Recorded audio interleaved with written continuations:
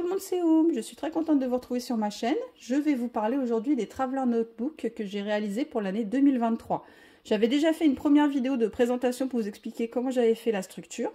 Et puis, vous aviez pu voir quelques pages de janvier, février, mars.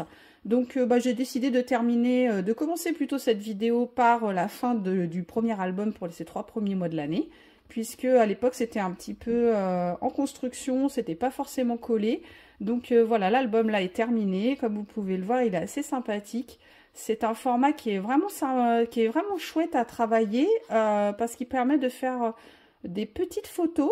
Moi, j'aime bien les petites photos dans mes projets. Donc là, forcément, je m'éclate à fond.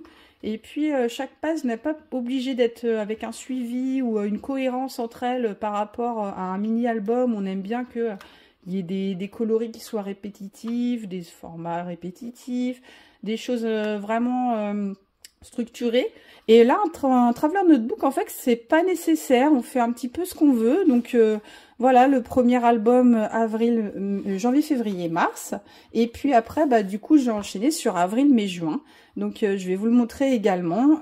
Les thèmes des photos sont un petit peu aléatoires. En général, c'est des photos que je ne place pas dans mon Project Life. Je ne sais pas si vous me suivez sur ma chaîne ou sur Internet, mais je fais beaucoup de Project Life et c'est vrai que du coup, il y a un suivi très par semaine de ce qui se passe dans nos vies et il y a quelques photos comme ça qui échappent à ce projet et du coup, j'aime bien les placer dans ceux-là et dans ce petit format.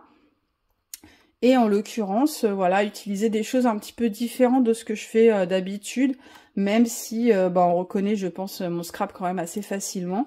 Voilà, j'aime bien changer avec ce format-là. J'ai l'impression de faire des choses un peu différentes, donc ça dynamise un petit peu mon scrapbooking entre deux, parce que le Project Life est quand même assez rébarbatif et assez contraignant. Donc j'aime bien ce petit format entre deux, c'est assez sympa. Et comme je vous ai dit, les photos, c'est un petit peu des choses que je ne mets pas dans l'autre projet. Donc ça me permet quand même de les scraper et sous une forme rapide, pas sous forme de page 30-30 qui est assez compliquée. Donc vous pouvez reconnaître au niveau des réalisations quelques pages que j'avais proposées dans mes divers d'été à l'époque.